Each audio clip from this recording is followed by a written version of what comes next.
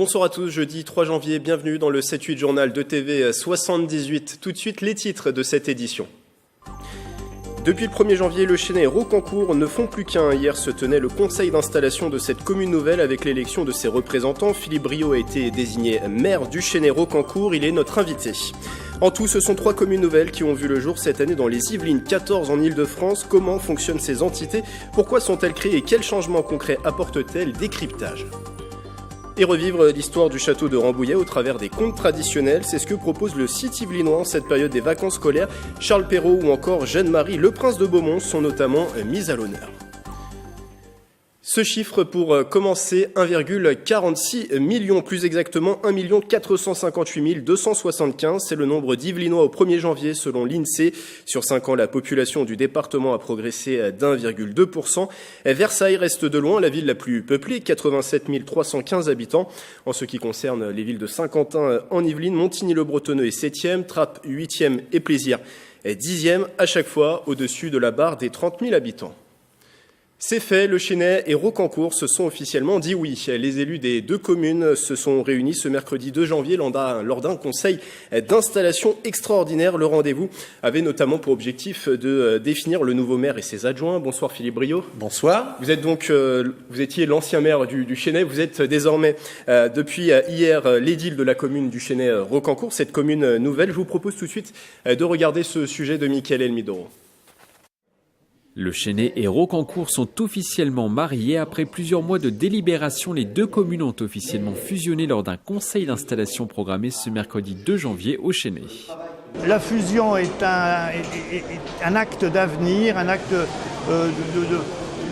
logique dans la mesure où la fusion permettra de réaliser des choses que nous n'étions pas en mesure de faire jusqu'à présent, de réaliser des économies d'échelle et puis de gouverner avec beaucoup plus d'aisance et de facilité, de rendre un maximum de services à la population. Lors de ce conseil, 17 adjoints ont été nommés. Jean-François Peumry, ancien maire de Rocancourt, a notamment été désigné premier adjoint de la ville.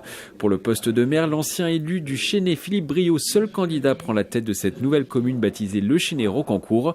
Il a obtenu 48 voix sur 57 après un vote à bulletin secret.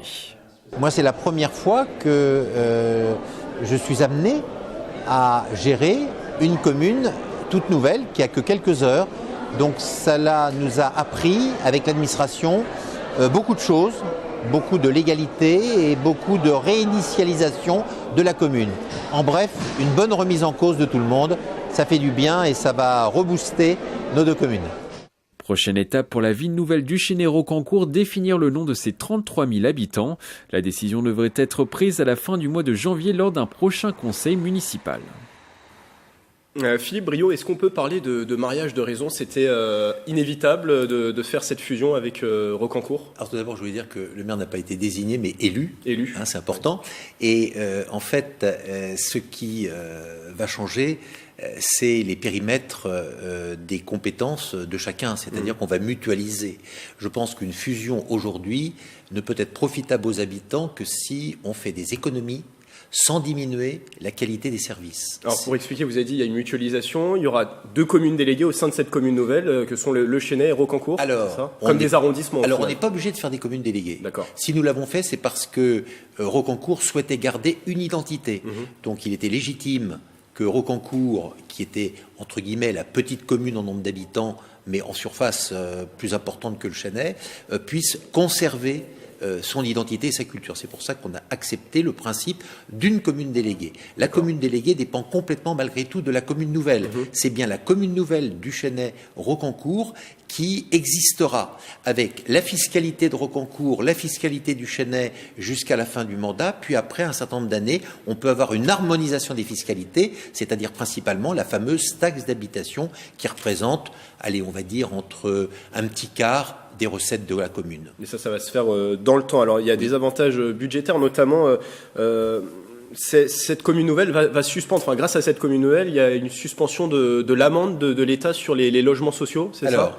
pas l'amende, la D'accord. pénalité. La C'est-à-dire pénalité. que nous avons eu l'année dernière pour le Chênay au concours un coup de matraque supplémentaire. Par exemple, pour le Chênay, ça représentait 200% de plus à payer de pénalité, ce qui avait entraîné pour nous une augmentation de la taxe d'habitation parce que entre-temps, nous avions une baisse de la dotation globale de fonctionnement, des baisses d'aide ou autres. Donc ça veut dire qu'à un moment, l'équation pouvait plus être tenue. Et Rocancourt, si Rocancourt a accepté d'accélérer la fusion, c'est parce que les petites communes peuvent être en 2019 en rupture de paiement. Et c'est peut-être ce qui a poussé, vous parliez de mariage de raison, la raison du moyen matériel en est une, mais il y avait aussi d'autres raisons, c'est que tout simplement, naturellement, les communes vivant côte à côte peuvent envisager une mutualisation et une union au travers de la fusion. Et cette commune nouvelle compte désormais 31 334 habitants, environ 29 000 du Chênay, 3 000 de Rocancourt. Au final, à qui ça profite cette fusion? Est-ce que c'est plus aux habitants de Rocancourt, plus aux habitants du Chênay? Les habitants de Rocancourt vont pouvoir bénéficier de services, d'équipements qu'ils Vous n'avaient avez pas. parlé tout à l'heure de démographie du département. Oui. Nos deux communes, Rocancourt a augmenté, le Chênay a baissé. D'accord. Alors que la moyenne d'âge de Rocancourt est plus âgée que celle du Chênay. Ça montre que la disponibilité des terrains permet de construire pour rajeunir. Et je pense que la nouvelle commune va plus rajeunir avec les terrains de Rocancourt qu'avec les terrains du Chênay. Et les phénomènes de société montrent que la densité d'habitants par mètre carré a baissé. Le nombre d'enfants, de familles, les modifications familiales font, et le vieillissement des populations font que le turnover d'un logement est beaucoup plus long. Ce qui explique que le Chênay a baissé en habitants, Rocancourt a un peu augmenté et que ensemble, nous avons pour objectif de pouvoir effectivement apporter du logement pour apporter aussi à d'autres habitants la qualité que nous avons dans notre commune. Restez avec nous pour la suite de cet entretien. En attendant, on accueille Nicolas Dandry. Bonsoir. Bonsoir Grégory. Au 1er janvier 2019, ce sont donc 3 communes nouvelles qui ont vu le jour dans les Yvelines. Le Chênay, Rocancourt, Saint-Germain-en-Laye fusionne avec Fourqueux, tout comme les communes de Port-Villez et de Jeufosse dans le nord du département, devenues Notre-Dame-de-la-Mer. Nicolas, vous allez nous expliquer quelles conséquences et quels changements pour les habitants impliquent ces communes nouvelles. Déjà, qu'est-ce qu'une commune nouvelle? Eh bien Grégory, une commune nouvelle, c'est la fusion entre 2 ou plusieurs communes pour former au final une seule et même collectivité.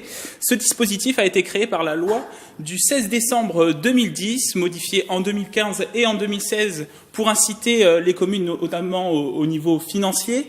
Objectif affiché, Philippe Briot l'a dit, réaliser des économies ou lutter contre le phénomène de communes isolées, notamment dans les zones rurales. Et comment est décidée la création d'une commune nouvelle? Eh bien, vous avez plusieurs possibilités définies par la loi. Les conseils municipaux des communes concernées peuvent en faire la demande. Le projet peut être formulé au minimum par les 2/3 des conseils municipaux des communes membres d'une intercommunalité. Il y a aussi la possibilité d'un établissement public de coopération intercommunale comme les communautés de communes ou les communautés d'agglomération qui peuvent demander la création d'une commune nouvelle qui remplacerait les communes membres de ces intercommunalités. Et dernière possibilité, c'est à l'initiative du préfet. Et quel changement impliquent ces communes nouvelles? Alors concrètement, Philippe Briot, vous en avez déjà parlé, les municipalités peuvent mutualiser leurs compétences comme les tarifs des services publics, les polices municipales ou encore le service technique. C'est des choix qui se font en fait au conseil municipal de la commune nouvelle. Au niveau budgétaire, une harmonisation fiscale progressive peut être mise en place, c'est-à-dire qu'il y aurait un rapprochement des taux d'imposition qui se ferait progressivement.